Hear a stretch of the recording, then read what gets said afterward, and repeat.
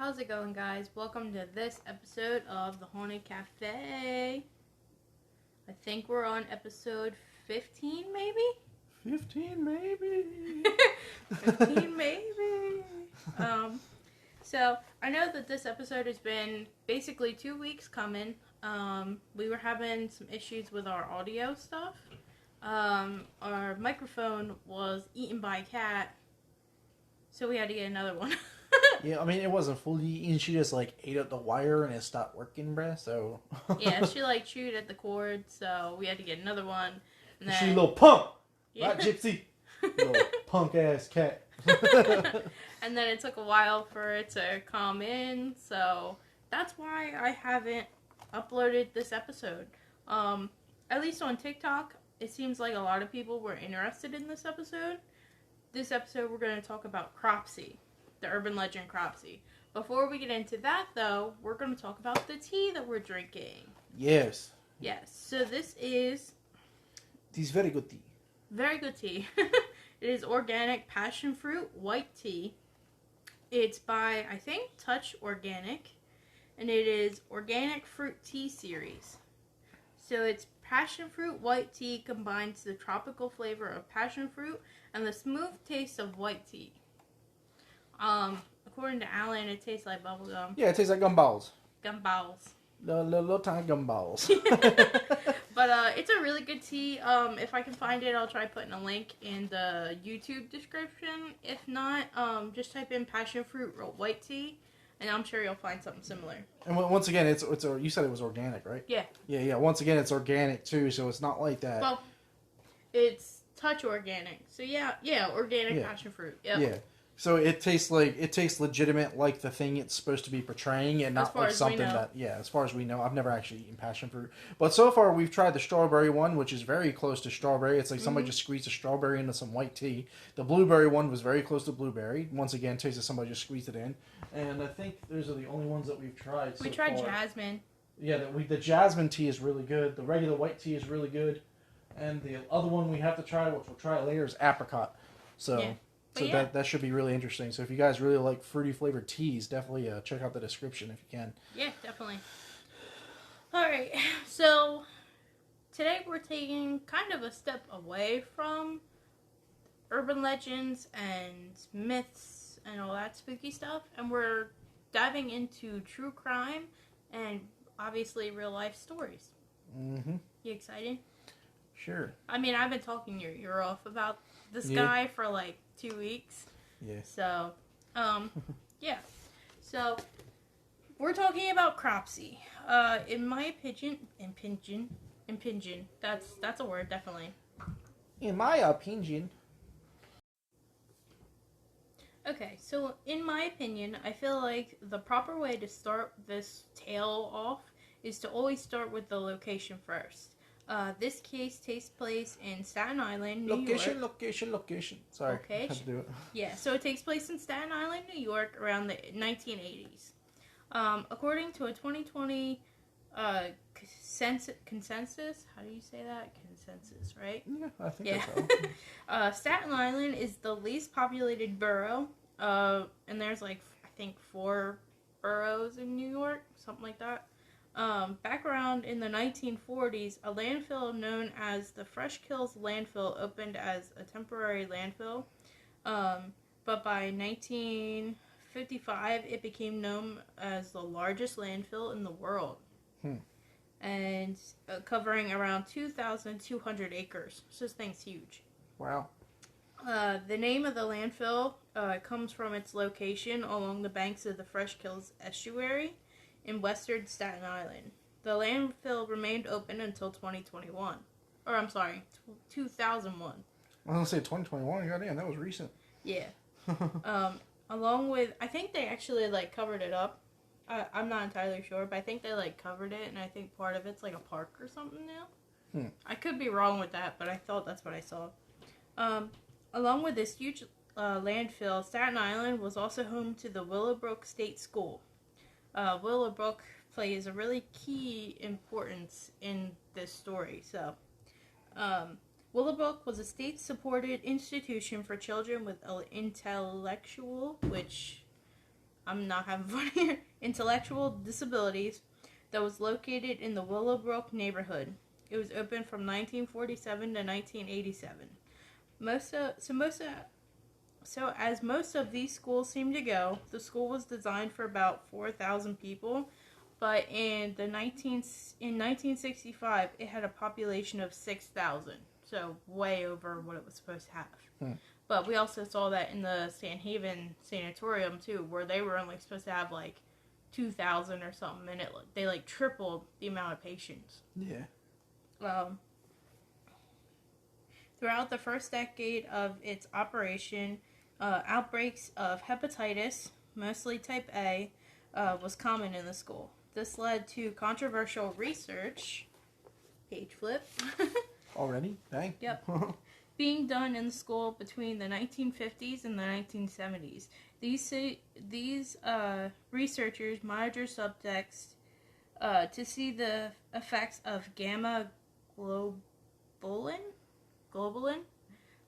It's used to boost patients' immunity to a disease. So they were basically kind of like injecting that into the patients to see if it would fight in the hepatitis A. Trying to create superhumans. Yeah, the gamma, like gamma radiation. One result of the research was that they got a better understanding of the differences between serum hepatitis, which is spread through the blood transfusions, and infectious hepatitis, which is spread directly from person to person, which is also the most common form. Once people found out what these researchers were doing to the children in the school, they were forced to stop the project. So my first thought was like, why are they stopping the research? I mean, they're being guinea pigs, but they're also helping people. Yeah. But trying to help people anyway. Yeah, I know that it's kids that they're testing on, but if they don't know why these kids are getting the hepatitis, then it would also like help them figure it out. Yeah. But a man named Paul Allen Offit, who was a pediatrician, a kid doctor, in case you didn't know. Yeah. Who specialized in infectious disease, was quoted in describing the study as such. In an effort to control the outbreaks of hepatitis, the medical staff at Willowbrook consulted Sal Krugman. I'm not looking at it, so I wouldn't know. Yeah, I'm trying to read my handwriting. Oh. Okay. So his name's Saul Krugman. He's the head of the researchers that were there. Mm-hmm. Krugman found that the hepatitis developed in only 9. Fuck, I can't read my writing. You do that a lot. Yeah. In 90% of the children admitted to Willowbrook soon after they got there. Although it was known that hepatitis was caused by a virus, it wasn't known how the virus spread, whether it could be prevented, or how many types of viruses cause the disease. Krugman used these children of Willowbrook to answer these questions. So, trigger warning: child abuse. Yeah. One of his studies involved feeding live hepatitis virus from other stools, possibly poop samples, to 60 healthy children. So he willingly fed them hepatitis.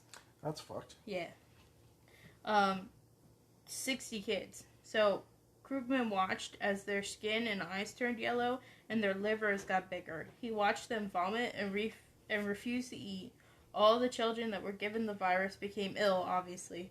The stupid fucking researcher Krugman said that it was justifiable to expose the disabled children of Willowbrook with this virus because they would have gotten it anyway. What the fuck? Yeah. Wow. It's like, so just because they're there, and yes, they have a high possibility of getting it, it's perfectly, to him, it was perfectly okay to just, like, inject them. And it's like, no, that's not how this works. Wow. So, but by purposefully giving the children the hepatitis, it increased their chances of getting it by 100%, basically. Well, yeah, because you're giving it to them. Yeah. Basically, what all that means was that the main researcher thought it was cool to use these poor kids as guinea pigs because they would end up getting the virus anyway. Like I said, it's just a fucked up situation. Yeah, definitely. Vaccinologist Maurice Hillman said the Willowbrook studies were the most unethical medical experiments ever performed on children in the U.S. Bioethicist Art Kaplan. Sorry. It's Chaplin. No, it's Kaplan. It's Caplan. Kaplan. Oh, okay.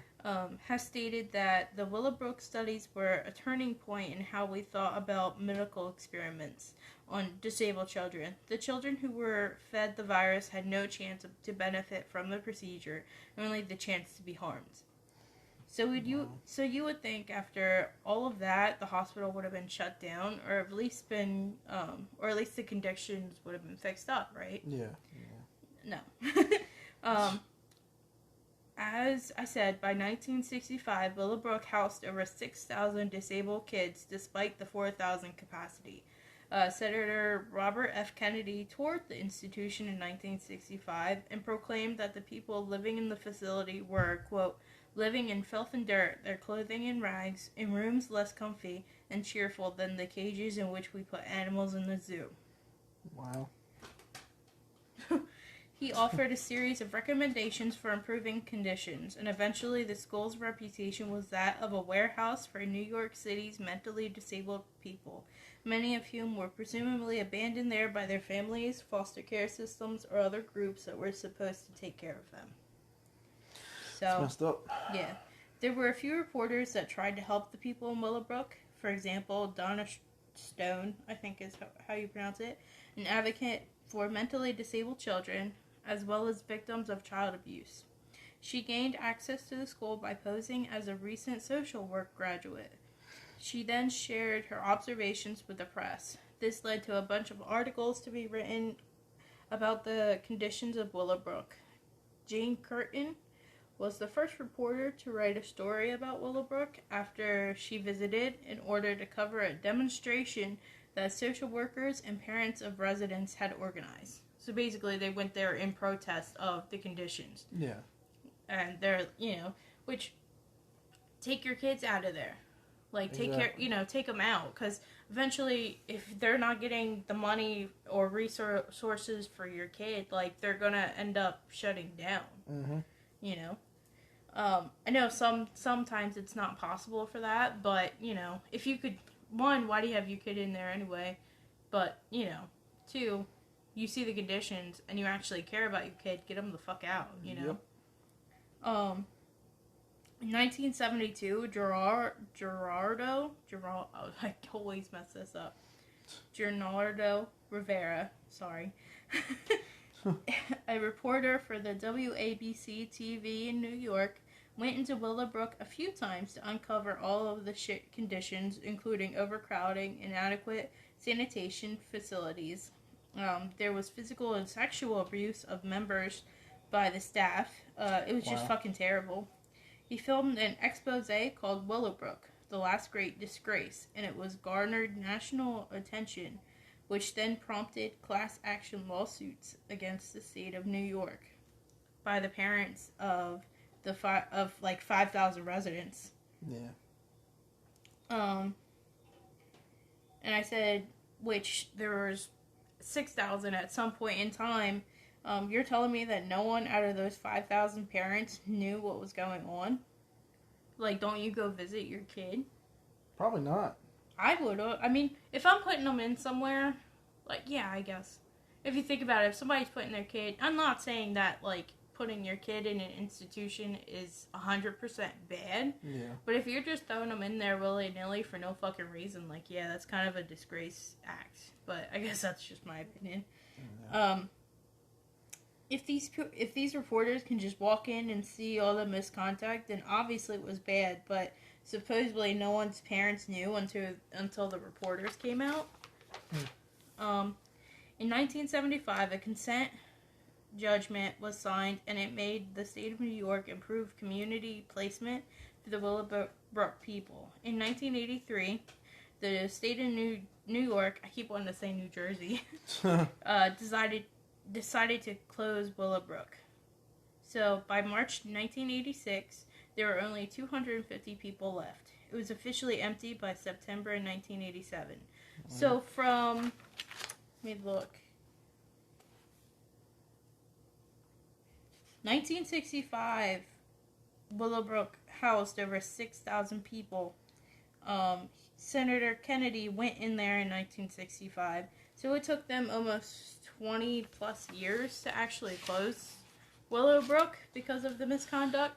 That's fucked. Yep. So that's like kind of a key place when talking about the Cropsey legend. And then there's also another one called the Seaview Tuberculosis Sanatorium. This plays a smaller role in the Cropsey story, but it's still like mentioned. So I just wanted to give a little detail about it. It's also located in Willowbrook, New York, and it's very close to the other hospital. They're kind of like, Willowbrook's a huge, I think it's like over 800 acres. Yeah. So that hospital is really big, and then like just a little ways over is Seaview. Oh,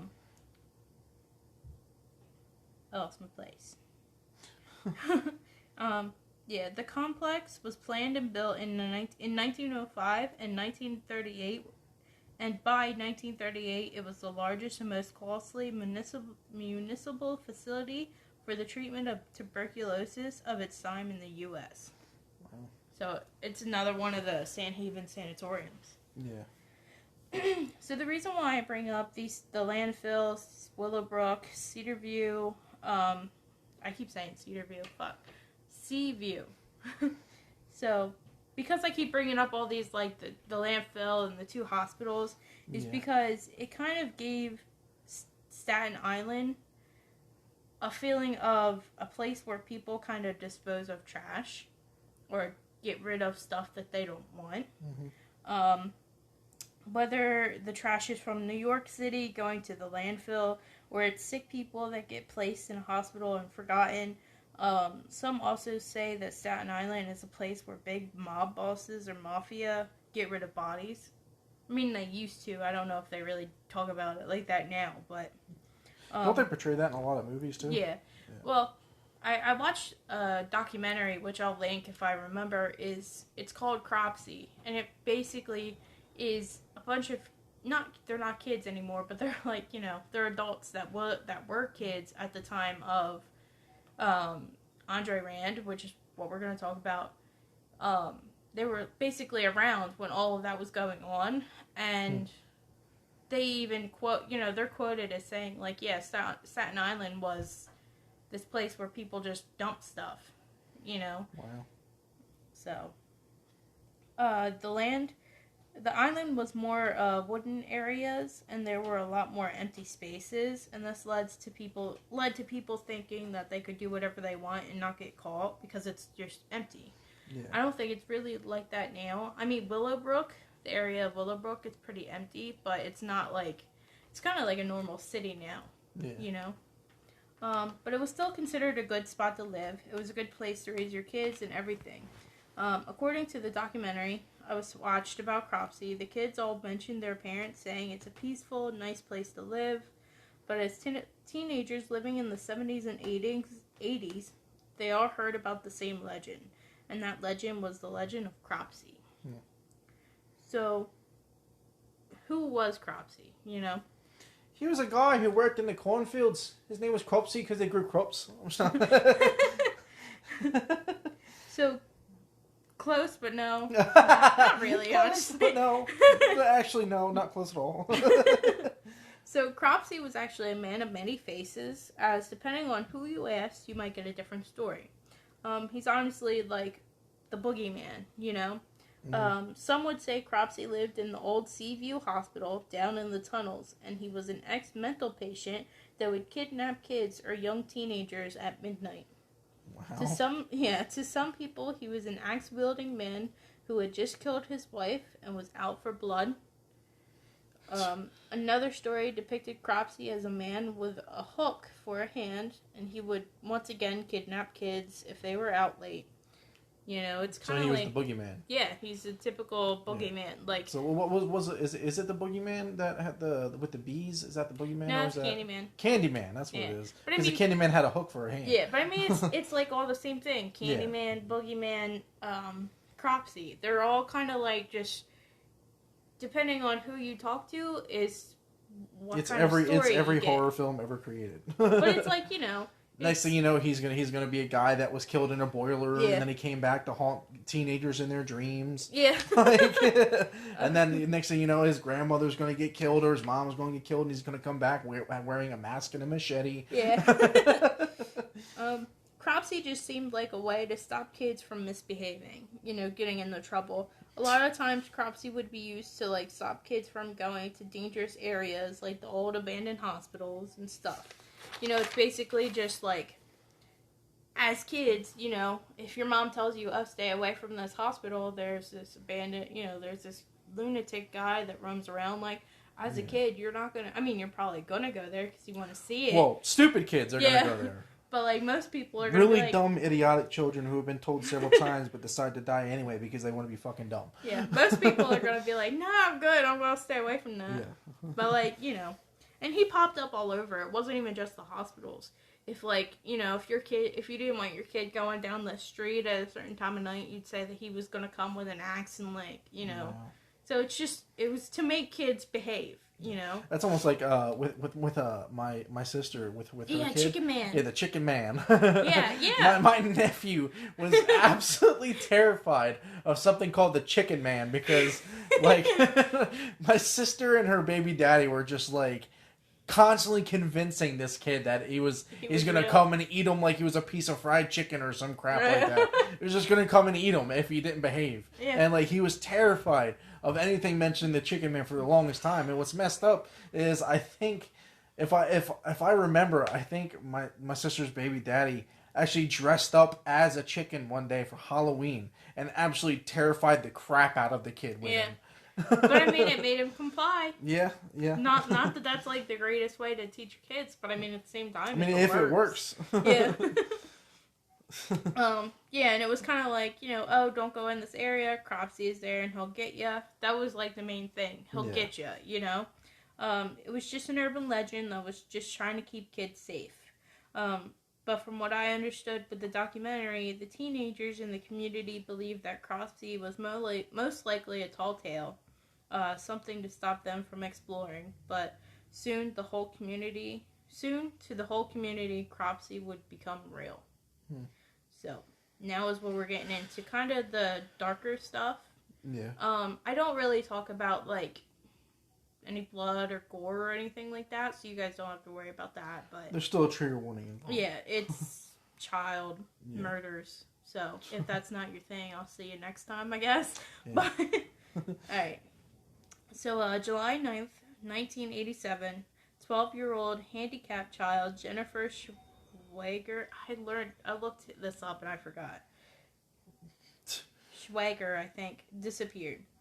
She was an adorable child who had Down syndrome.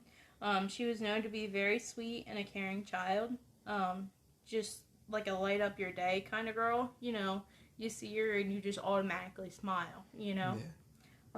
That day she was supposed to be going for a short walk, but she did not come back.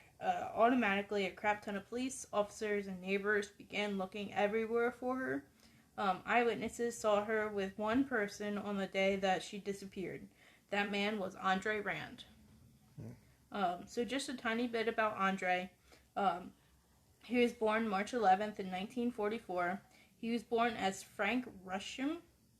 No one knows where the name Andre Rand came from, but when he was 14, his father died. His mother was institutionalized at Pilgrim Psych Center in Brentwood, New York. It's basically kind of the same thing as Willowbrook or Seaview. Not really Seaview. Seaview's tuberculosis, but more similar to Willowbrook. Only this was for, like, adults too. Yeah. Where he and his sister would visit her at the institutional center when they were teenagers. There's honestly not really a lot known about Rand's childhood. In the documentary, they questioned Rand's sister. They kind of cut her off while she was grocery shopping because she wanted no part in this, obviously. Yeah. They questioned Rand's sister about their childhood, and she is extremely adamant about no sexual or physical abuse that ever happened. but my personal opinion, while I do believe that there maybe was nothing sexual or physical happening, I feel like there could be some emotional trauma there. Like, not abuse, but, like, once we get into, like, what he does and all that, like, there's something going on. Mm-hmm. There's some kind of emotional trauma or, something from his childhood is obviously, like, missing. Because the way he acts is just really fucking weird. Like, yeah. But, anyway, so in Rand's adult life, he was known to work at the Willowbrook State School, which is the one that I just got done talking about. He was working there in the 60s, and this was also during some of the experiments on the kids. Wow. He was supposedly working there as either a custodian, an orderly, or a physical therapist. So if he was any of those, he was right in the middle of all of that abuse. So he was right there in the middle of, like, the kids, like, vomiting on themselves and leaving messes. And if he was a physical therapist, he could have even been doing some of these experiments, you know? So that's gotta, like, fuck you up a little bit. Especially if you're forced to. I mean, you're not really forced to do anything. Yeah. You can always quit your job, but if that's not an option, you know? Yeah. But yeah, so in 1966, according to one source, Rand left his job at the Willowbrook, but he didn't actually leave the grounds. Surrounding the Willowbrook Hospital was massive amounts of woods, and so Rand and a few other homeless people would set up camps around the Willowbrooks and Seaview Hospital. And then there was also this thing called the New York Colony. It's basically like a farm colony where poor, in quotation, you know, poor people would, like, live. It's weird that they refer to a colony. Yeah, well, it's a farm colony, so there's, like, a bunch of little houses and stuff. Oh, okay. And it was basically where, like, people from the hospitals would live, like, maybe some of the patients would live there and stuff like that. I think it was part of the Seaview Hospital. It's kind of like the Sandhaven, I keep bringing this back, but it's kind of like the Sandhaven Sanatorium, where they built that, like, farm area off to the side, so they were still getting, like, crops and stuff, and they wouldn't have to rely on, like, buying a bunch of it, I guess. Which is a good idea. Yeah. It saves money in the long run, but... it was also said that once these hospitals closed down, the patients who had nowhere to go actually just kind of stayed there and lived in the tunnels and on the grounds because they had nowhere to go. Yeah. And the hospital was the only place that they knew. It's honestly really sad. Yeah, it is. Rand also had an interesting, in quotations again, criminal record. One account in 1969 was when he was convicted of sexually assaulting a 9-year-old. I don't really have a whole lot of info on that, just that it happened and that he was convicted of it. And then in 1983, Andre Rand, I'm assuming, stole a school bus and went to the local YMCA, which is basically like a community gym. I don't know. Yeah. I've heard of YMCA, but I don't know if anybody else has. I have. Yeah. He stole a bus, went to a YMCA, and proceeded to pick up 11 children in the said bus. How did the children get on the bus, though? He just said that, oh, you want to go to the park? Or you want to go somewhere? You know, let's go for a ride. And all these kids just got on the bus. They were little kids. Like, once again, you know, parents not watching their children. Yeah, that's the thing, too. Once again, parents being fucking irresponsible. Yep, but 11 kids just hopped on the bus with him. He then proceeded to get them something to eat. And then he took them to the Newark Liberty International Airport in New Jersey. So New York and New Jersey are right next to each other. I think I looked it up, but I think it was only maybe a half hour or so away. Like, Staten Island is only about a half hour away from the Newark airport. Yeah. So they didn't travel, like, really far, but he got them across state lines, you know. Thankfully, none of the children were hurt, and he was caught and served 10 months in jail for unlawful imprisonment. Because technically he kidnapped them, but he didn't do anything. He took them to, took them to eat and took them to play and, all that. Whether he intended on doing anything is... Yeah, he never got the chance to, basically. Yeah, he never got the chance to. In the Cropsey documentary, they actually go and talk to one of the kids he kidnapped. And he's quoted as saying, "I was around 6 or 7 years old. We were outside playing at the YMCA. Some guy said, 'Do you want to go on a trip?' He had a bus. We hopped on the bus. We didn't know any better. He said he was just going to take us to the park. And we wound up in the Newark airport." Looking back now, that's absolutely terrifying. Now the airport is only a half hour away, like I said, from Staten Island. Yeah. But he had time to pick them up, go get them food. He said they even took him, I think, to Willowbrook Park, which is close to the hospital. Because, like I said, Willowbrook Hospital is basically surrounded by a crap ton of woods. And, like, at the corner of these woods is, like, a playground. So he had time to go get them something to eat, took them to this playground, all this stuff. Before any parent realized their kid was missing. Probably, yeah. Or at least a good, a good deal amount of time. Jesus Christ, man. He had a crazy amount of time to kidnap 11 children in almost broad daylight. And then took them to a completely different state. And another thought was, what did he plan on doing with those kids? Was the airport part of the plan? Or was it just the end destination, Willowbrook Park, and that was very close to his campsites that he was staying in? So, like, basically, what was the end goal? Yeah. Like, no one ever, he doesn't talk about it, so no one will ever know. But it seems like maybe he, maybe planned on taking them to the park and maybe, 2 at a time, killing them or something. Yeah. Or locking them up down in the bottom of the tunnels. We won't know. He kind of, I feel like maybe he panicked. This is all me assuming, by the way. Yeah. But, he panicked that he couldn't do it. I mean, there's 11 kids there. And it also seems really fucked up to me that he only served 10 months for kidnapping kids. It seems like a really small sentence. Yeah, especially that many kids. Yeah, that many kids. It should have been 10 months a kid. Even less. Well, that would have been 11 months. Yeah, it should have been a year for a kid? Yeah, a year a kid. Cause the one kid that they talked to didn't really seem traumatized. Because he was like, we didn't know. We just hopped on the bus to go to the park. So it doesn't seem like he was, mentally abusive to them. He was just like, hey, guys, let's go for this ride, and that's it, Yeah. So it's like, hey, where's your kid? Oh, last I seen him, he was getting on a bus. He'll be fine. Yeah. He'll be okay. Nothing's gonna happen. He'll figure it out. Alright, so we're gonna take a quick ad break, and we'll be right back. How's it going, guys? This is an ad for Anchor. If you haven't heard about Anchor by Spotify, it's the easiest way to make a podcast with everything you need in one place. Let me explain. So Anchor has tools that allow you to record and edit your podcast right from your phone or computer. I actually used my phone for all of our episodes, and honestly, I think that they're pretty seamless. With hosting on Anchor, you can distribute your podcast on listening platforms like Spotify, Apple Podcasts, and a whole lot more.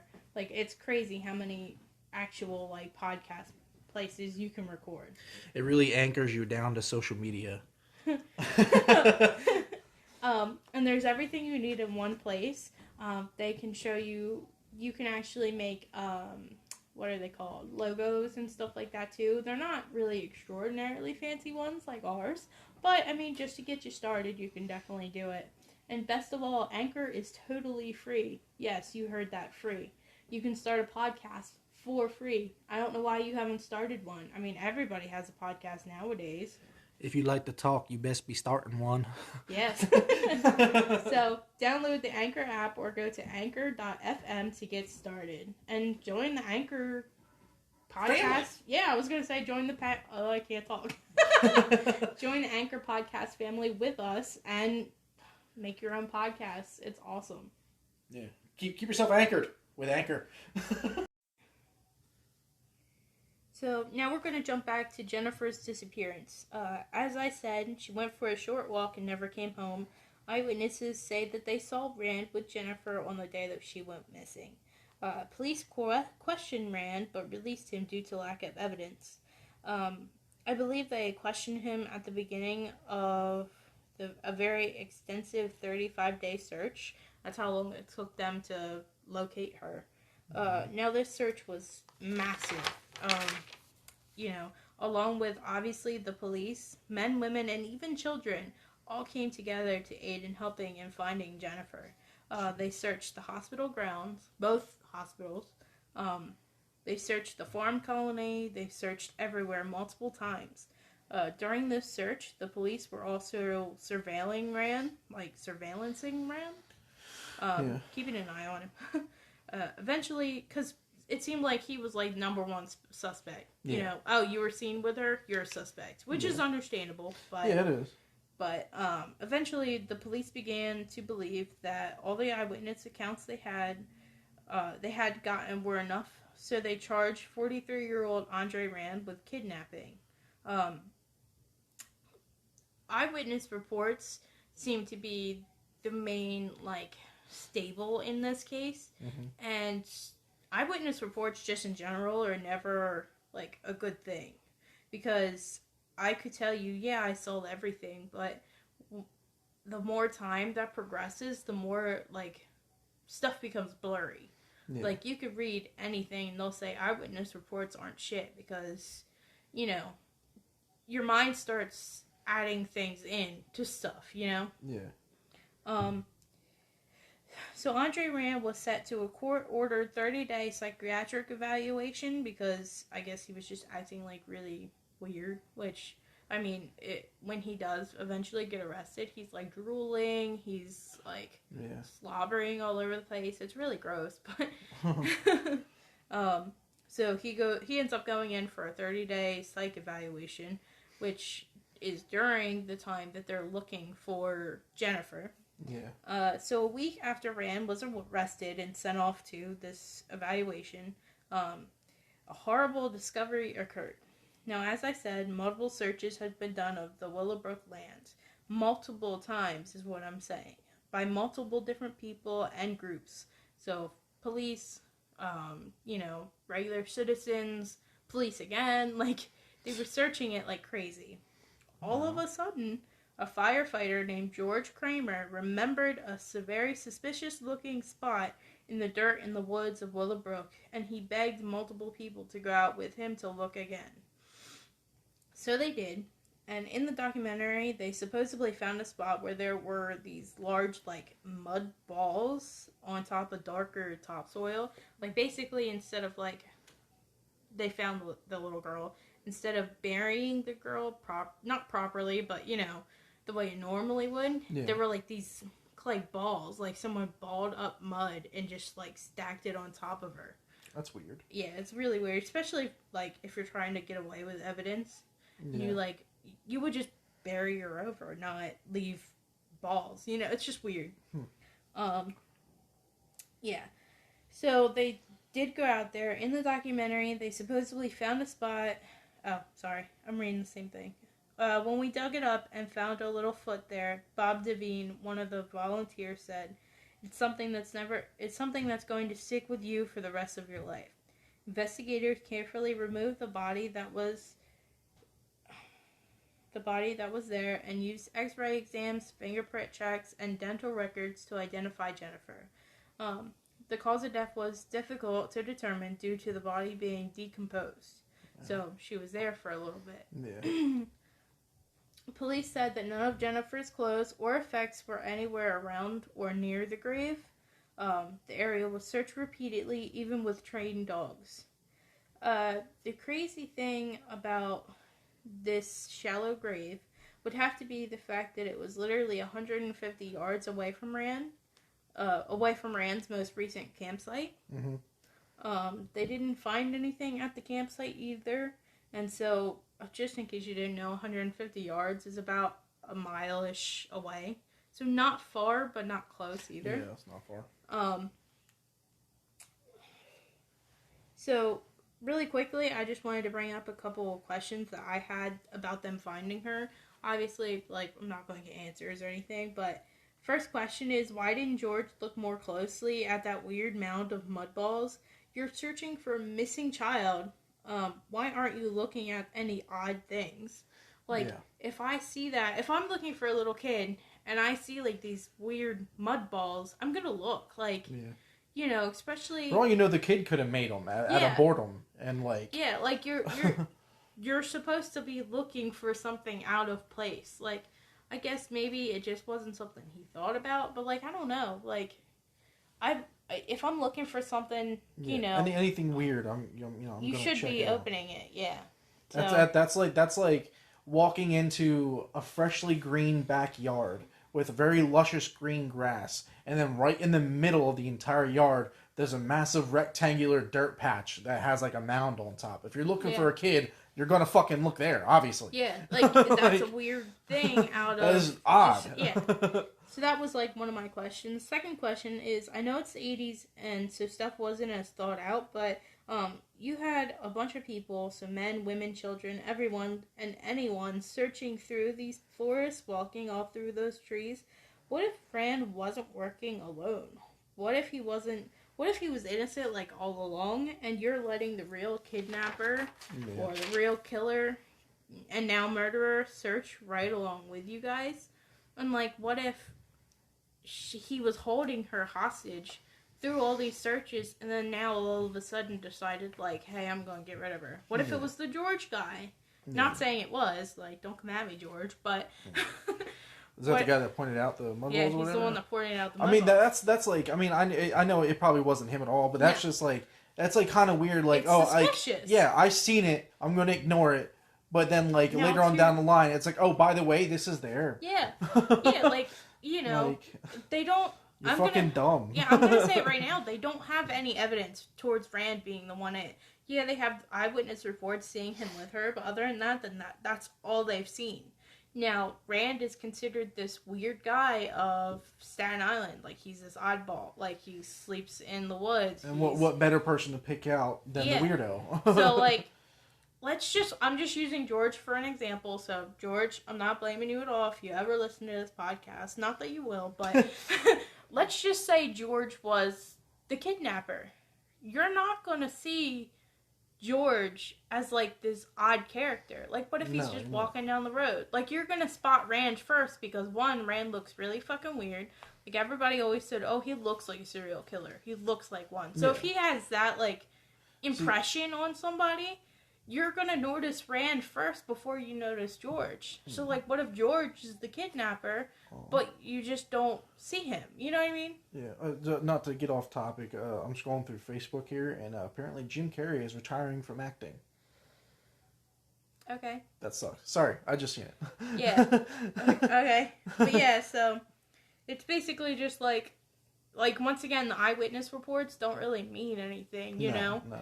Like, yeah, you see Rand, but did you see the guy that was behind him? You know, I get what you mean. Thing. So, so the strange thing about Jennifer's body was the way the blood pooling was.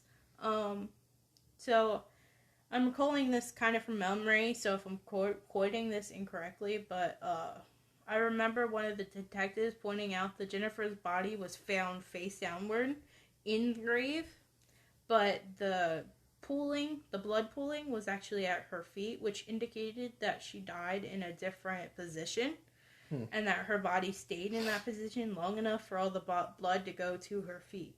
So this means that after she died, she was moved. So this could mean, like, she was in one spot, somebody didn't like that spot and moved her somewhere else. Yeah.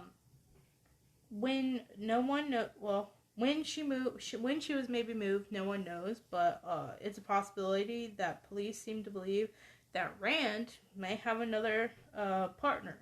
So, yeah, someone that may have moved her to her final resting place. They never seem to think that maybe they have the wrong guy.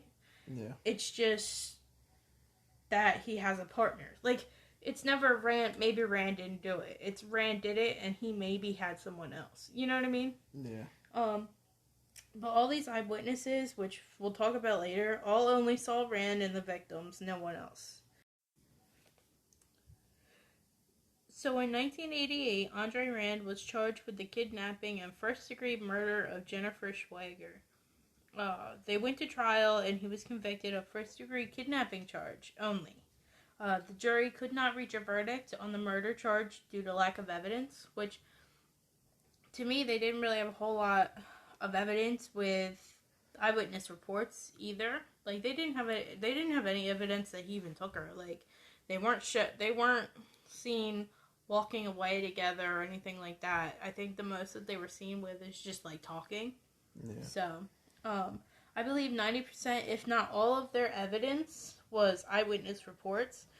Rand was sentenced to 25 years to life in prison. He would be eligible for parole in 2008.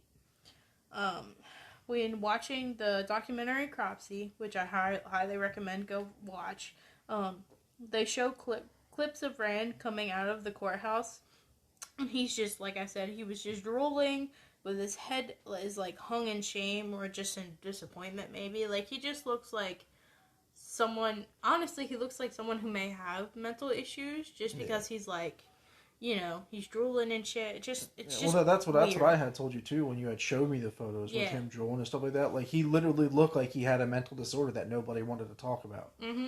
Which is probably true, because these police want to nail him to the wall for this. Yeah, and they're not going to say he's got a mental disorder if they want him gone because he's a weirdo.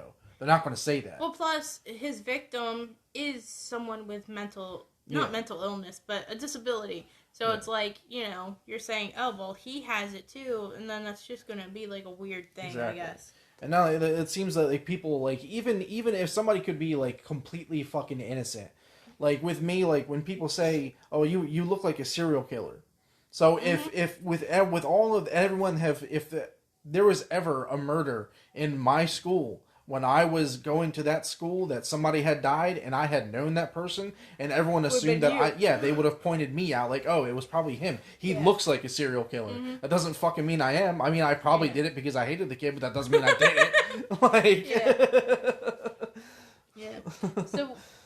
So with Jennifer's case, bringing to light what Rand had supposedly been doing in the shadows. I'm saying supposedly because I didn't really, what I've read and understood, I don't really see too much evidence. It doesn't mean he didn't do it, and it doesn't mean that he's not like a weird guy, because like you're already convicted of sexually assaulting a little 9-year-old, and then you're also convicted of kidnapping 11 kids. So it's possible for you to be kidnapping people, but just I don't have evidence with this. And at the same time, like, I was going to bring this up earlier when you mentioned the bus. If he did have a mental disorder, he might not have had any plans to do anything to the kids. Maybe he was like, he felt bad for what he did and he didn't know any other way to do it except take a bunch of kids out to dinner. And then, I mean, you're completely crossing the state, but you don't know where the fuck his mind is. Like, you have no idea. Like, he could have planned something, or he could have just planned to just bring them all back after he was done taking them out to dinner or taking them wherever. Yeah. I mean, they don't know. But the fact that he was convicted of that, and the fact that he did that now, he is automatically, it's him. He did it. Even if there is no proof that he was actually going to do anything besides what he was convicted of, you know? Yeah, because he obviously did the 2 priors, but with Jennifer, there's just eyewitness reports of seeing him talking to her or seeing him near her, like there's a lot of kids that talk to mentally handicapped people, and those mentally handicapped people will talk to those kids because it's like mentally they're for. Like there's when it comes to like a certain mental capacity for a lot of people mentally, like my mom when she used to work at a mentally handicapped hospital, she used to work as a nurse at one of those places. Literally, people these were like full grown 30-year-old adults who had a capacity who had the brain capacity of a 4-year-old. Like, this is normal. I was gonna keep talking about it, but there's, I think, 3 or 4 more cases that come into view that the police, that happened before Jennifer, but the police are just now, like, connecting them to Rand. So, we're gonna get into that. But, yeah, that kind of ties into what you were saying. Yeah. I also wanted to point out that there isn't really too much said about some of these kids. I think it's more so because they don't have a whole lot of evidence or just details in general. to know what exactly happened, because Rand doesn't talk, and then obviously the poor kids can't talk. Yeah. So no one really knows what happens. And once again, it's a lot of eyewitness stuff. Yeah, and once again, the guy that doesn't talk, he can't say he didn't do it because he doesn't talk. No, he talks. What I mean is he's not talking about what's happening. He can talk, I think, as far as I know, perfectly fine, because he writes letters to the directors of this Cropsey documentary. He actually writes them letters, and he's kind of talks in gibberish, but not gibberish as in he can't write. It's I'm a serial killer, or I'm a kidnapper, so I gotta talk in code. Typical but no, he's perfectly capable of actually talking. He just refuses to talk about the case. And also, now that he's in jail, he doesn't like talking about it because it's child crimes. And child crimes get you fucked up in jail. Yeah, not only that, even if he is, trying to talk in code, if he did talk perfectly normal, he just didn't want to talk about it, that's understandable. But they don't ever mention him talking perfectly normal, do they? Yeah. Oh, they do? Yeah, he'll say, my attorney says that I can only do this. My attorney says I can do that. I don't want to talk about this because where I'm at, I'm in danger. He talks perfectly fine. Right. It's just I was going to say, if he's not talking normal, then obviously there's something wrong with him. But then after, a little bit, he starts going into, not code, but, I'm trying to think of a way to say it. Jesus loves us, and this and that, and...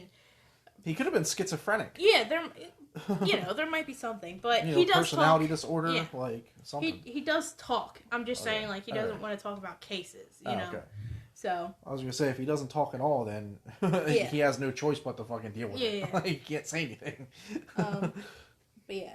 So, there's very little said about the cases, in, reports and stuff, because they just don't know what happened.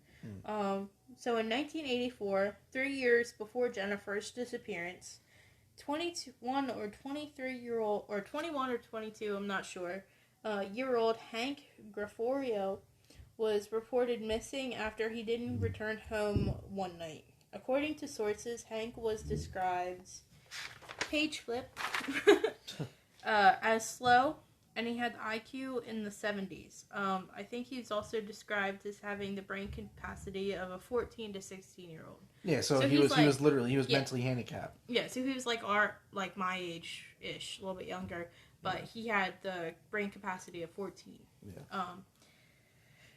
The reason why his disappearance is connected to Rand is because, once again, eyewitnesses report seeing Hank and Rand together in a local diner in the early hours of the morning. Now, I'm not sure if they were eating together or if they just happened to be in the same diner at the same time.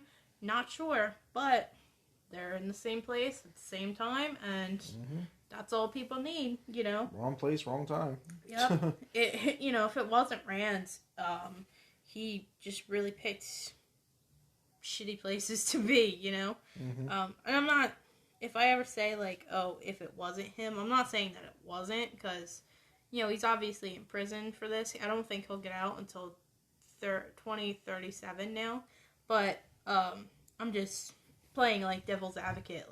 If it wasn't him, then you know what I mean. Yeah. So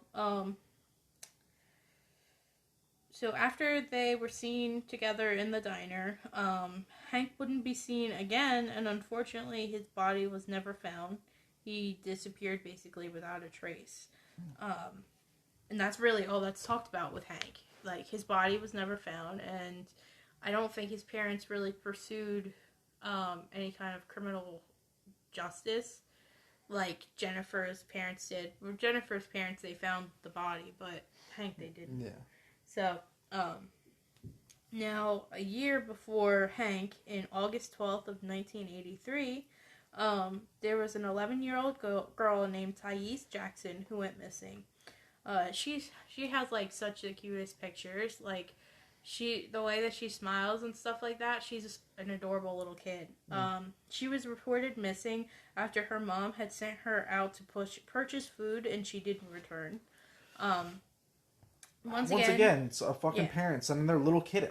What is wrong with people? Yeah, Jesus back then it was normal in the 70s. But come the fuck on. The 70s and the 80s, And even, like, before all of that, it was such a prime time for serial killers.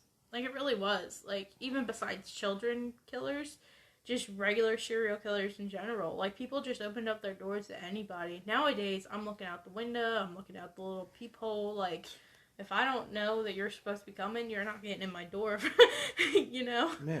So, but back then, it was just a whole new world, you know? Or a whole different world. Yeah. But yeah, and, like, it's funny, too, because, like, a lot of, like older parents complain about the generation nowadays, which I agree with a lot. The generation nowadays are kind of, you know, they're not, in my opinion, with me being a millennial, they're But with the boomers, or it's not even boomers. What are they? Was it Gen something? I don't know. People who were born in like the 70s and grew up in the 80s. I forget what they're called. Gen X? I have no idea. I don't know. But they're always talking about like, oh, how like, oh, everyone's complaining about this and everyone's complaining about that. It's like, bro, you literally sent your kid out by themselves to get stuff at a grocery store. To go buy cigarettes. Yeah, to go buy fucking cigarettes. Yeah.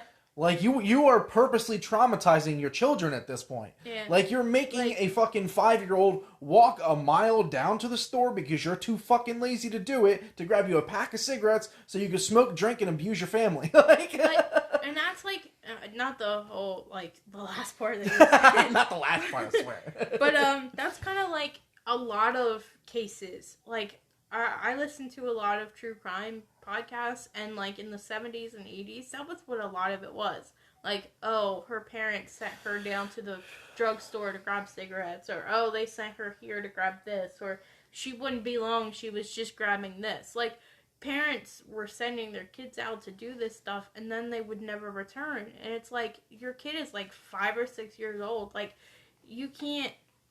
Nowadays, I wouldn't let my kid outside the fucking door without me watching her or them. But, you know, back then, it was a whole different thing. Like, people were way more trusting.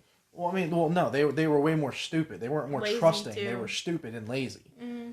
Like, and like that's like, it's just, I'm with you. Like, I'm not, if I were to ever have a kid, I'm not like, because we live close to like Acme and like Dollar Tree. I'm not going to send him to the Acme or the Dollar Tree. Like, that is fucking dumb. I'm not going to send them on a walk. Like, yeah, like, I'm not doing that. No. And if you're gonna walk, you're gonna walk around the neighborhood and you're gonna keep a fucking cell phone on you. You're not walking out of the neighborhood. I don't even think, because we live in an apartment complex, I don't even think I'd let my kids just walk around the apartment complex. Well, I mean, yeah, people are fucking sketchy around here, but... No.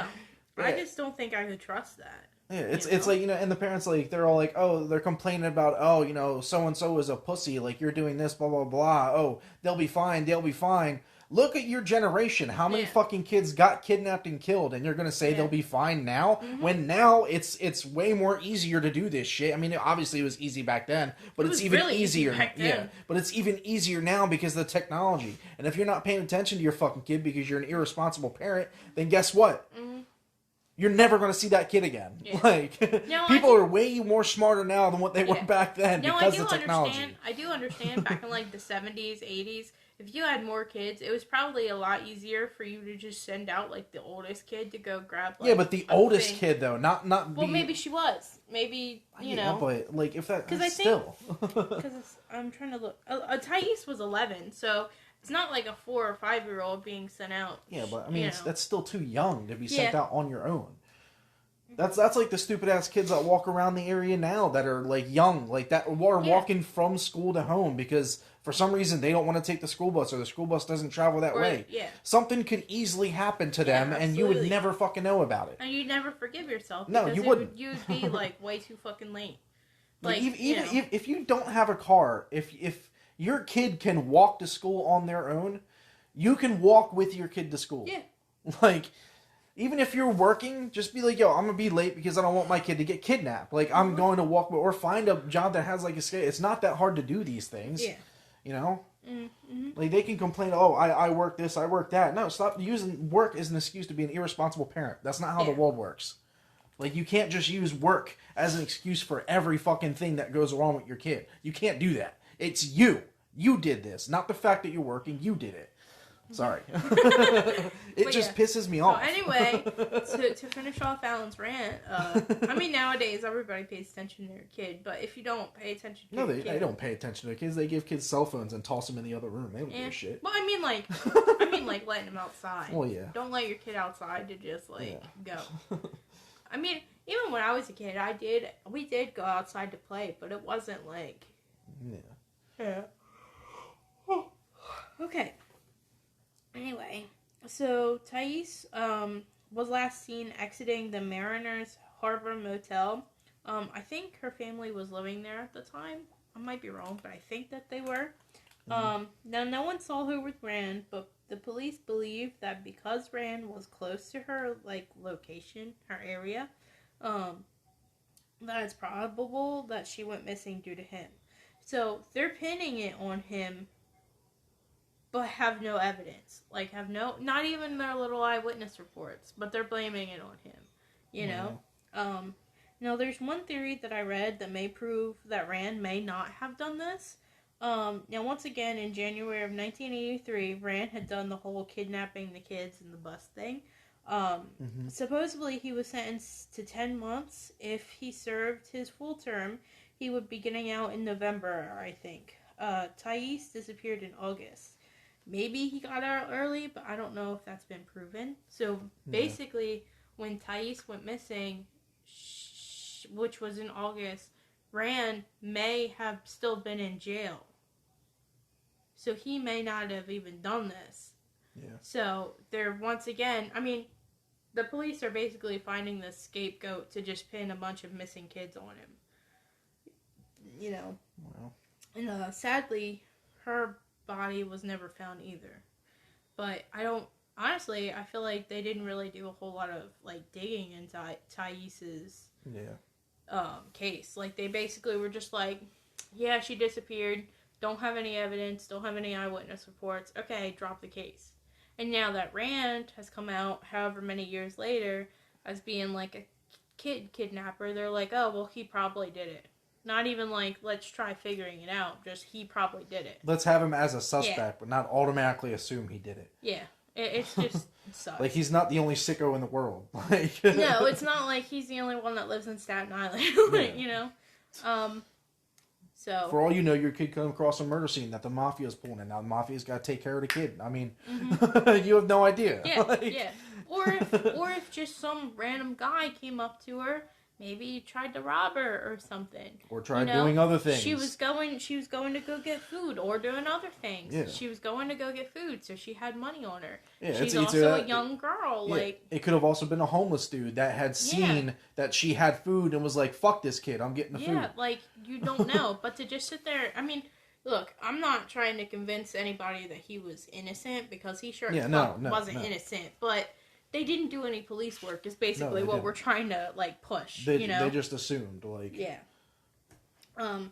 Now we're going to talk about the only other victim that Rand was actually tried and convicted for kidnapping with, because there's, I think, either 5 or 6 kids total, and only 2 have been actually tried and convicted with him. Yeah. So, now we're going to talk about Holly Ann Hughes.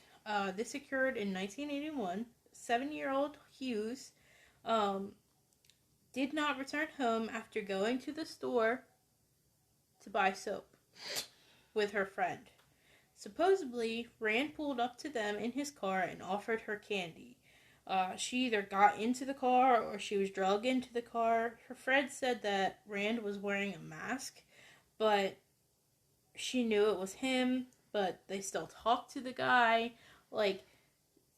The way, I don't really want to, talk shit on this friend, because if she really did see, all this, I feel bad for her, but just the way that she was describing, because the Cropsey documentary, they actually talked to this girl, the way that she was just describing, him kidnapping them, it's just really weird.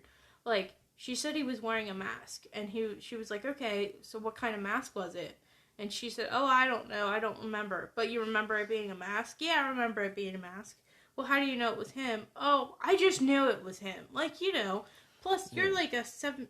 So, Holly was 7 years old. So, you're 7 years old and you remember all this. I mean, maybe because it was traumatic that you would, but I know me being 7, I don't remember shit.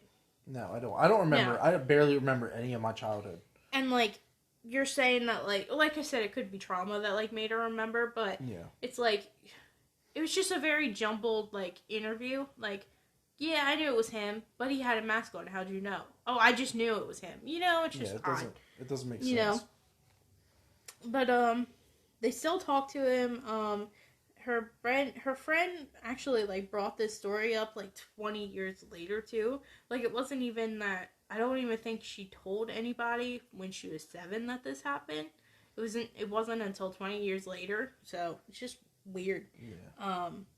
So, either way, she was reported missing, and they issued, like, another search, obviously. More eyewitnesses say that they saw Rand with Holly, ironically, in 2004, 4 years before Rand was supposedly going to be eligible for parole is when all of this stuff started coming back up again. Mm-hmm. So it's basically like, oh, we gotta make sure that he stays away for longer, you know? Like, not saying that he didn't do it, but just like, you know, just happened to be like perfect timing that they decided to bring up the case again. Yeah.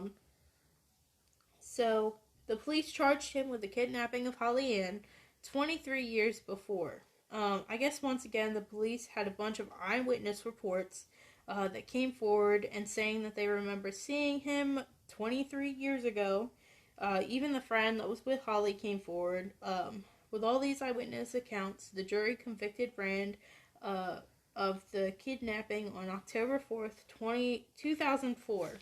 And he was sentenced to another 25 years to life in prison. He will be eligible for parole, I can't talk, in 2037, and he will be 93 years old. So basically, with eyewitness accounts, which, once again, according to this documentary, these eyewitnesses were drug addicts, they were alcoholics, they were people that, at the time, didn't even know left from right, and now 23 years later, they got sober or clean, and now all of a sudden they remember all of this stuff. But I'm pretty sure alcohol doesn't give you better memory, you know, and neither does drugs. No. So, you know, just my opinion. But, so now we're going to talk about the earliest alleged victim. Go ahead. That's almost like that's almost like when like straight up drunken moonshined up hillbillies talk about, well, I seen an alien over there over the mountain. Yeah. I swear I seen it. Yeah.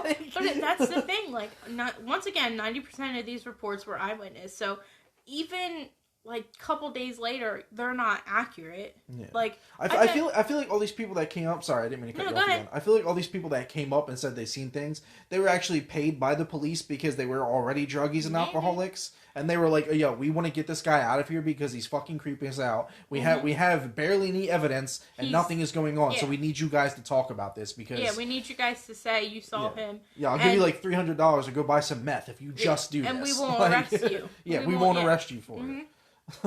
That's the thing, though. Like, you know, a lot of these people are just like, yeah, I saw him, he was doing this, and blah, blah, blah, but they don't, like, and I think with Holly Ann, they searched his car for evidence, like hair evidence and stuff like that, didn't find anything. They didn't find any evidence whatsoever in his car for any of the kids.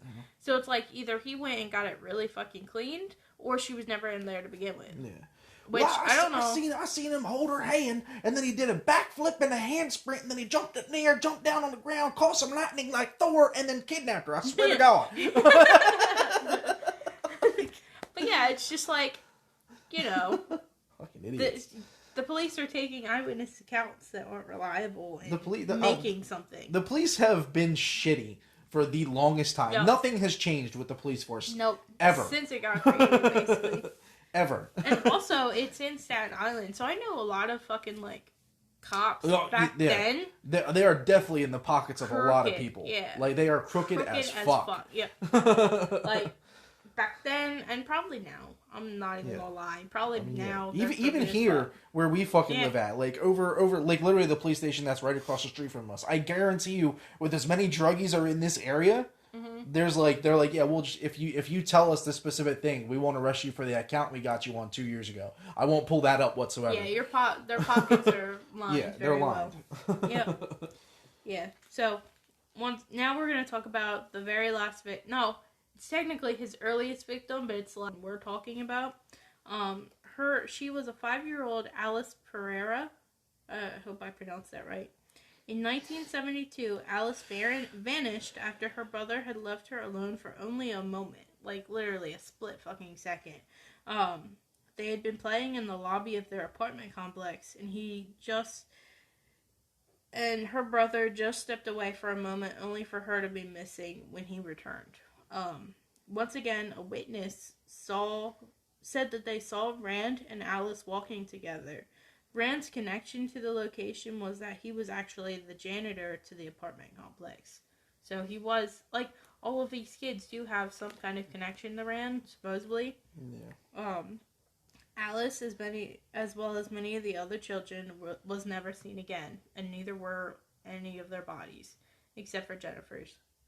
And that's basically it to where with Rand's story. The other kids were looked for but never found. I don't really think the police looked into any partners. Like, they were talking the whole freaking time about, like, this partner or maybe that partner. Especially with Jennifer's case, with him being locked up for, like, 30 days during, like, them still searching for her body, and then all of a sudden she's found.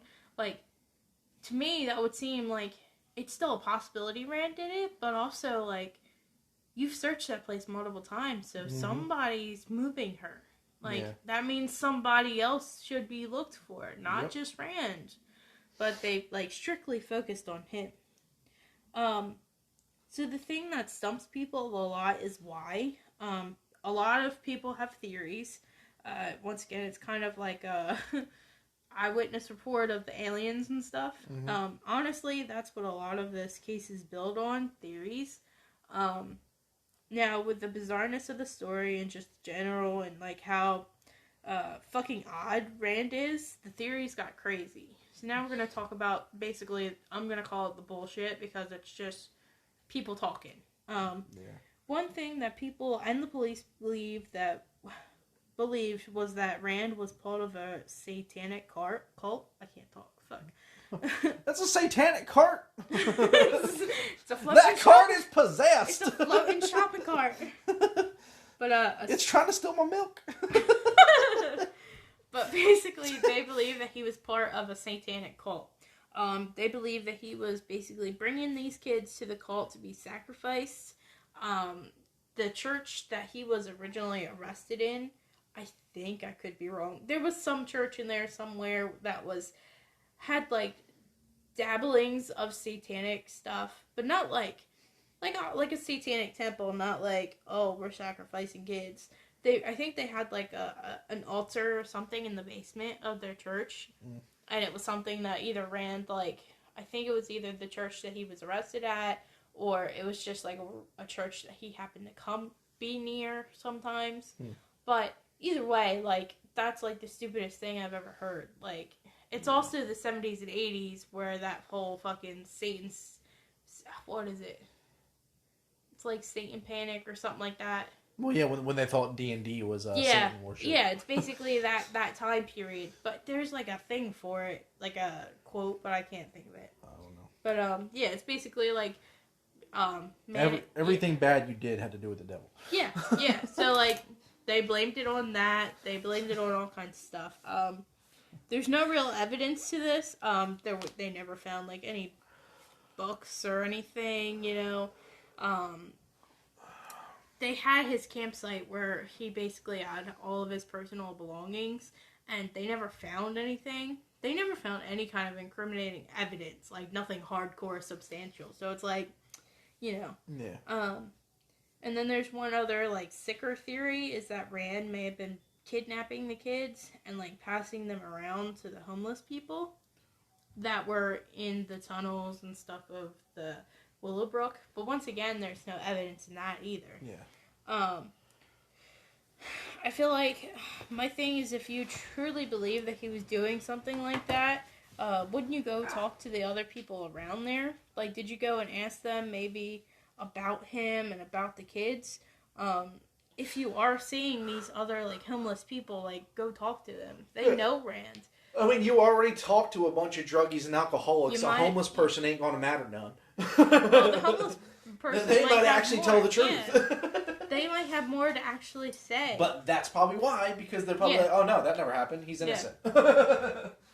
Or they might happen to, like, bring some other person into it, and then the police have to do more work. You know, exactly, God forbid we want to do that, you know. Yeah, God forbid we got to file out some more paperwork. And yep. do our job. And it was like, you know, because, like, there's a bunch of questions you could ask. Like, you're living here on the grounds the same as Rand. Have you seen any of the kids? Do you know who this kid is? Have you seen her before? You know, have you seen Rand with any weird kids? Or have you seen Rand do anything suspicious? Like, you know, maybe they did talk to these homeless people, but at the same time it was never brought up, so it's like, you never know. It's like having a photo. Like, say if they did have a photo of, like, one of the missing child. Mm-hmm. It's like they see a perfectly normal person, like just regular, everyday, average Joe, just a normal guy walking along the street, and they're like, yeah, I don't know if I want to talk to that guy, but the guy over here licking dirt off the ground, we'll go talk to him. He seems like a upstanding citizen. He seems like he would know exactly what the fuck we need to hear. Yeah. You know he's got a wine bottle in his ass, right? Perfect. Absolutely perfect. He'll know exactly what we want to know. The glasses for clarity. The glasses for clarity. It shows that he's a gentleman. And a scholar. It just seems like the way that they narrowed it down to Rand and then just stopped. And, like, maybe that was, like, the correct thing to do. Maybe that was as far as they needed to take it. I mean, for all we know, it could have been a police, like, literally, like, sex trafficking. Yeah. It could have been that. And they're just trying to pin somebody because they almost got caught. You know? I mean, I don't know. I mean, the kidnappings and stuff like that stopped. Yeah. Well, after Rand went away. But did whoever do it move on? It's either that or they realized that the area was too hot and they needed to move on. That's what I mean. Like, now that Rand's gone and arrested, if you keep killing kids and kids keep disappearing, they're going to think something else now. People are going to be like, oh shit, maybe we were wrong. Yeah, exactly. And then they're going to let him go. I was going to say, they're probably still going to keep Rand in there because, God forbid. Yeah. But they're at least going to be like, hey, maybe this guy's not it. Yeah. Honestly, there's just so many, like, here or there's, like, my brain hurts. I've been thinking about this episode for, like, a couple weeks now, just, like, going through, reading this tidbit, that tidbit. Also, when they were doing the surveillance on Rand, he was staying with some guy and his family who happened to have a disabled kid with them. Yeah.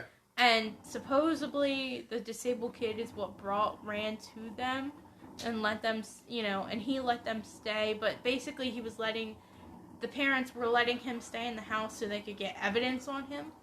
Oh. And if you hear, like, swooshing, it's Alan. Yeah, I was going to say, if you guys hear anything, it's me making more tea. Yeah. But, so they had him staying at this house with this family, with this disabled kid, and supposedly Rand told this father that the reason why he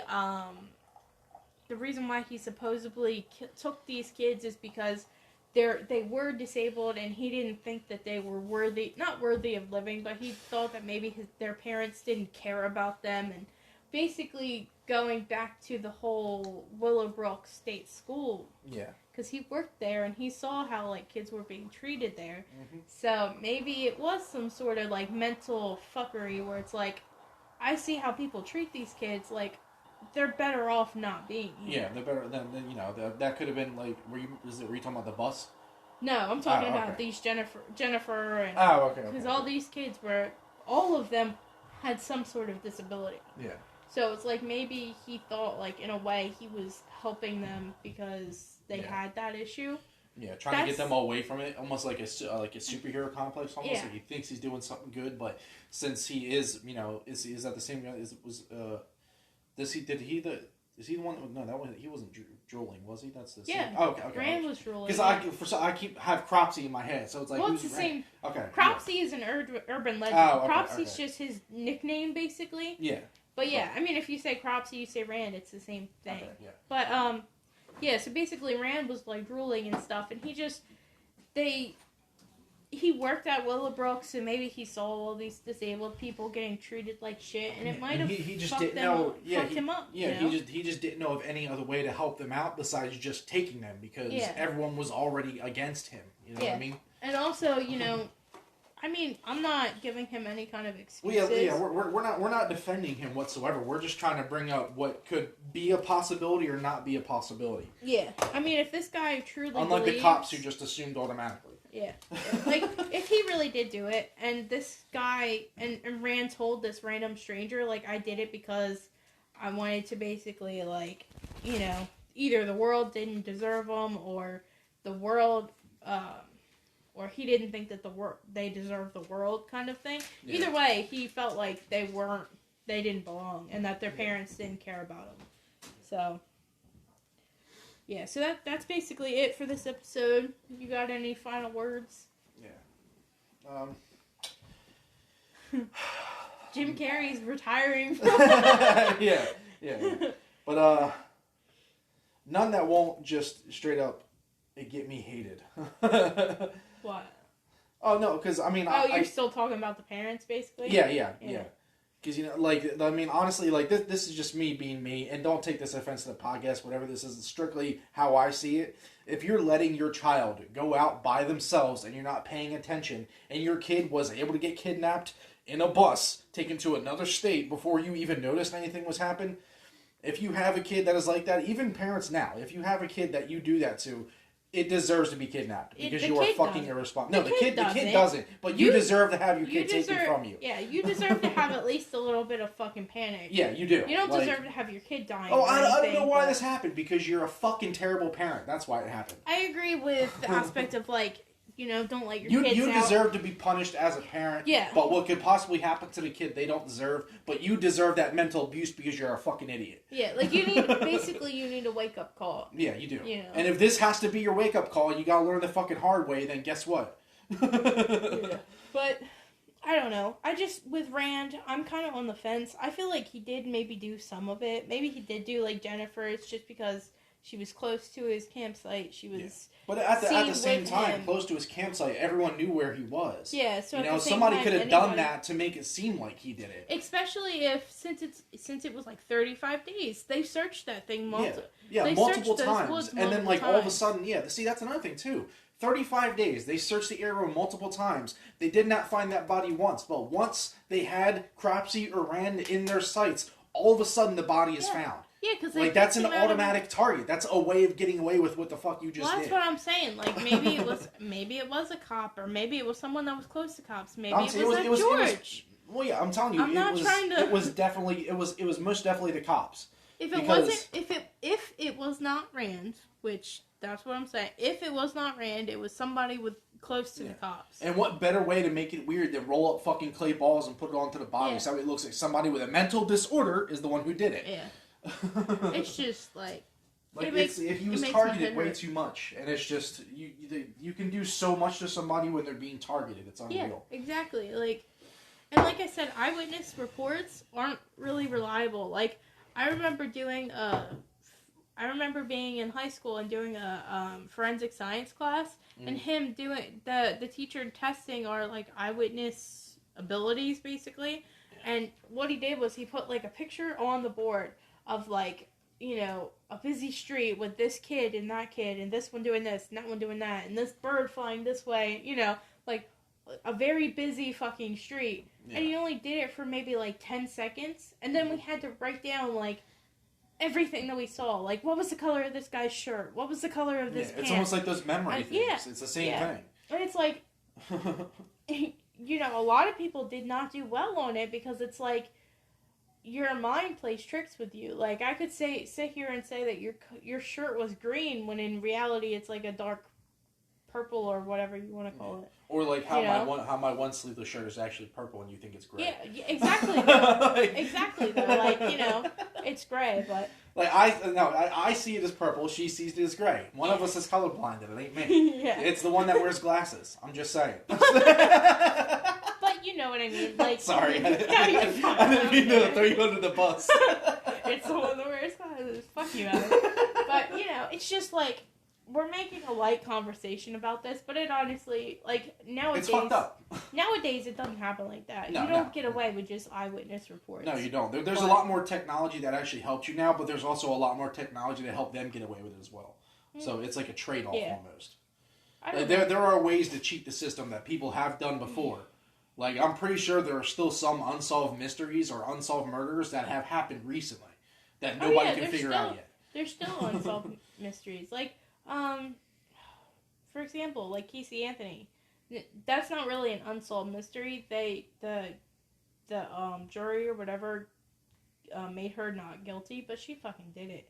Yeah. She did it. She killed her kid, but that's a whole nother controversial. Yeah. And almost like that thing that happened recently with that dude and his wife when they went out of state and then he came back without her.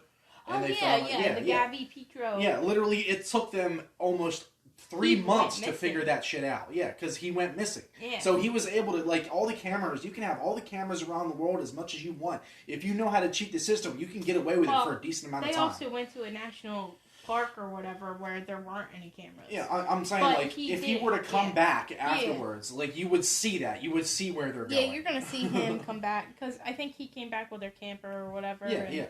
But... And then he also ran away with his parents' help to another thing. Once again, and then killed himself or something like that. I don't know. Something. But either way, it's just there's ways of getting around shit now that it is easy but difficult. You know how many unsolved cases there are, once again from like the 80s, but where people just like kill their wife and then leave, and then they do not find them like ever the fuck again. Well, yeah, because back in the 80s you didn't have all the cameras to track the cars and shit, but still. Yeah. But not even just that. Like, they just, like, there was one, we're getting off topic, guys, and I'm sorry, but, like... It still relates either way. There was one guy that was, like, he killed his wife, and then, like, left, and then maybe, like, I don't know, hour or two later, he calls the police and says, you need to go to such and such street in such and such town. I've killed my wife, and I'm not there anymore. She's probably dead. You better go pick up that body, basically. Yeah. And he's gone. They never found him. He, like, up and dashed, like, it's just crazy. It's very easy to cover your, like, if you don't, for one easy way to get around stuff now is if you don't use a cell phone, which, back in the 80s, they didn't have they didn't have stuff. They had payphones, which you can't track a payphone. You can only track a payphone to that specific location. Yeah, I thought but you can't track a payphone on somebody because they're not taking it with you. There's no GPS on it. So there was only the payphones then. Yeah. Now you can still not have a cell phone, and there are still payphones in some states, but not as much. So it makes it a little bit more difficult for you to keep in contact. But at the same time, if you're doing something wrong, you don't want to keep in contact. So you're better off just exactly. And then another thing too is if you don't have a cell phone, you can get away with not making contact with anybody. If you use cash now, they can't track cash. They can't track what you do. They don't have your name. They don't have none of that. It was just some guy that used cash, and you can even still get a receipt. And it's like, you can use cash, no cell phone, no cash, stay off of social media, and all you really need to do is just completely disguise yourself. Like, there was even recently a bounty hunting TV show this was like a couple years ago, but still, it's still relevant, and, hold on. Bless you. Bless you. But there was a bounty hunting TV show where this dude literally cut off his cell phone, did absolutely nothing, changed the way he looked, and hired these bounty hunters to find him to see if they could. They could not find him. And it turns out he got hired in their crew, and they still didn't recognize him because he changed his appearance. Like, it is not that difficult to actually get away with shit. If you're dumb, you're not going to get away with it. If you're intelligent, you could definitely get away with it. Like, no cash, no social media, change the way you look, change your name if you have to, discreetly. Like, there's ways of doing it. Like, don't get a car. If you do get a car, don't, you need a license to drive a car, but, like, get a bike. That's all you really need. You don't need a license to drive a moped, I don't think. So... Anyway, so that's how you guys get away from the cops now. Well, I'm just saying, like, it's still somewhat easy now. It's just... people are so addicted to social media that it makes it difficult for them because of that fact. But if you were somebody that didn't have social media, period, and you only paid in cash, you could go off the grid quick as fuck and nobody would be able to find you. But all in all, like, the end of the day, just to wrap up the Rand case, I just feel like they didn't have enough evidence. They picked him, like, way out of the hat, like, early on. Yeah. And I understand, like, you know, they did get eyewitness reports that saw him with her. And then, so, like, that obviously makes it suspicious. But they never bothered, like, talking to see if there was anybody else. At least, you know, it didn't sound like it. Yeah. So, I don't know. Let us know what you guys think. Anywhere. You guys can hit us up on the social medias. I think I'm on Facebook, I'm on Twitter, I'm on TikTok. I'm also going to be posting this to YouTube, so you guys can let us know what you think on there. It'd be easier to comment on there because it's got a comment section. Yeah, it does. But, Fancy that! Yeah, so thank you guys for listening. Sorry about our little rants and stuff like that. Yeah. And, we'll see you guys in the next episode. Yeah, catch you later.